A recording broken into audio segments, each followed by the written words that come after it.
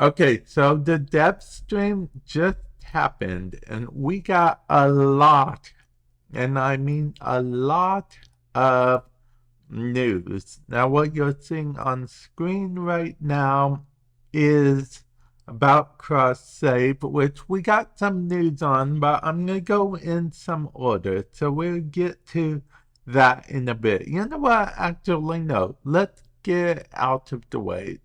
Cross save, they're laying down the platform in the Dagath update coming in October, and they are actually enabling clan cross-play. So how it's supposed to work is we'll be able to join different clans and stuff. So that's always good.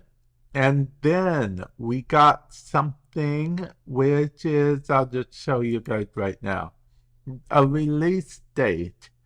Yes, update 34, Abyss of Dagath, will be launching October 18th on all platforms. Now, there are some things that I mentioned that I might miss or glance over, but that's because I plan on making a full video about it, so feel free to stay tuned to the channel. But yeah, Dagath is coming, of course, with her update. It's titled Abyss of Dagath, so it would be pretty weird if it wasn't coming with the update. She comes with an alternate helmet. She comes with a dojo room, which is how you're going to actually get her, which means that she is technically a dojo frame, I guess. That's what we call all frames that you actually build from the dojo frames. So that is kind of interesting. We're also getting 3 new void shells for Nidus, Mirage, and Protea. We are getting, of course, the Knights of Navarrete returns. That's actually how we're going to learn about her to begin with. From Grandmother, we know that much already. And then we have glyphs and whatnot. New Lotus skin. I'll talk about that in the future video itself. Quality of life and reworks, such as, I'll show you guys in the next slide, but first I wanted to say the last thing on here, which is Grendel Prime. We are definitely getting Grendel Prime with the Abyss of Dagath update, which is really good to hear. We kind of knew it already, but it's nice to hear even more confirmation. Now, let's get into some of the changes, such as accessibility and HUD improvements, enemy and ally highlighting system. I'm going to go ahead and show you guys what that looked like. As you can see, the enemy is highlighted, the ally is highlighted. From what they showed off, you'll be able to choose if you want yourself highlighted or not.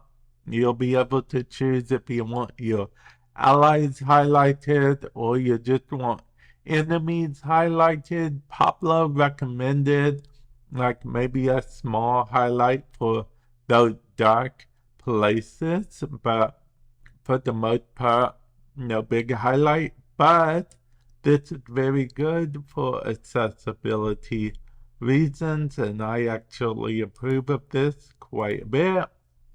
Then we have new updates history screen. Basically, it shows more pictures, it shows a few more things with the update, which you guys should be able to actually fully see me using it when I go over the next update, which, as we know, is coming on the 18th. So that is actually pretty cool. And weapon traits. Weapon traits actually is a very cool feature because they actually show the weapon traits in the modding screen, as in what the weapon does, if any special ability. So that is always cool. And auto melee, they left it so you can do both of them. You can either, keep tapping, or you can long press to auto melee, button mashing, or auto melee. Your choice. There's a few weapons that doesn't work on melee-wise, but for the most part, it does entirely work on most weapons, from what I understand. System changes and general quality of life. Focus lens conversion buff. Basically, you'll get more conversion for everything. And let's see, shield gating and shield overhaul. Basically, the more shield you have, the more shield gating time you get. And Nightwave changes, they're just adding 3 permanent acts that, 3 of them to stay the week will always be those missions where you just get done by completing the game. They are doing damage attenuation changes, which only is Archon Hunt type thing. When you fight the Archons, you do less damage. Well, they're making it so you do more damage for longer before that damage cap goes into place.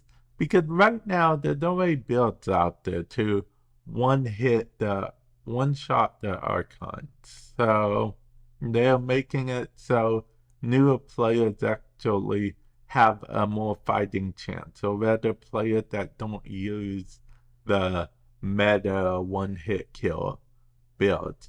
Steel Path Circuit Ribbon Rewards. They're adding ribbon rewards as an option for you to pick if you already have all the incarnate weapons. Speaking of incarnate weapons, they're also making it so you can actually swap everything yourself. You still gotta go to the dude in order to unlock it, but you'll be able to actually swap out your incarnate evolution perks yourself. So that's actually a very good quality of life change. There's also more quality of life.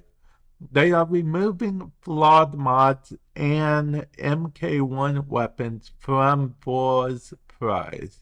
Now they're removing most flawed mods, period, but MK1 weapons, they're only removing as rewards from War's prize. You will still be able to acquire them via buying them in the shop. They won't go out to your inventory, stuff like that.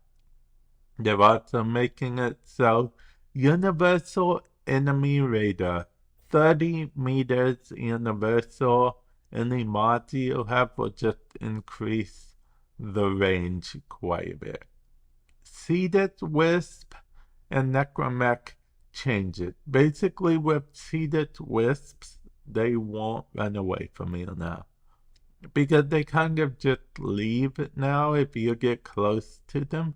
But they won't do that anymore. So they'll just stay there for you to pick them up. And as far as Necromechs, all the parts you need and stuff are going to be actually in, I think it's Lloyd that sells them. You will be able to get some of the parts you need for tokens and stuff. That's sort of a pity system. And then finally, the big thing we're going over right now, anyway, they did do Hydroid rework, which, spoiler alert, he did mostly corrosive now, and they took away his puddle altogether. So there is that, but here is companions. Okay, companions can no longer die. Okay, they also changed some mods to compensate, but there is bad news with this, or good news depending on how you look at it.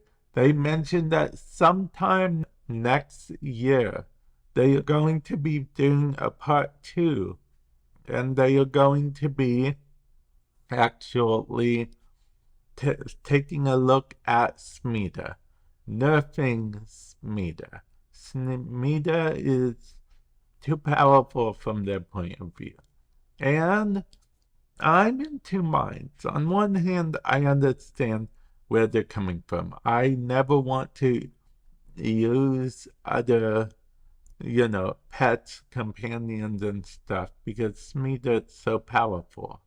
I mean, you'll have the critical chance 200%. You'll have the chance of extra everything. So we'll see what happens. I'm a little sad about the nerf, but hopefully they don't nerf Smida into the ground. I really hope they don't. But this is pretty good. And the new mods coming with this as well. So new mods for companions specifically.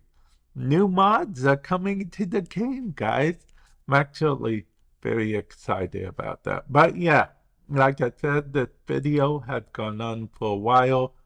I'll do some videos talking more about certain parts of the update, highlighting that I enjoyed and stuff, and that I want to keep you guys informed about. And yeah, with that said, I will catch you guys in the future. Later.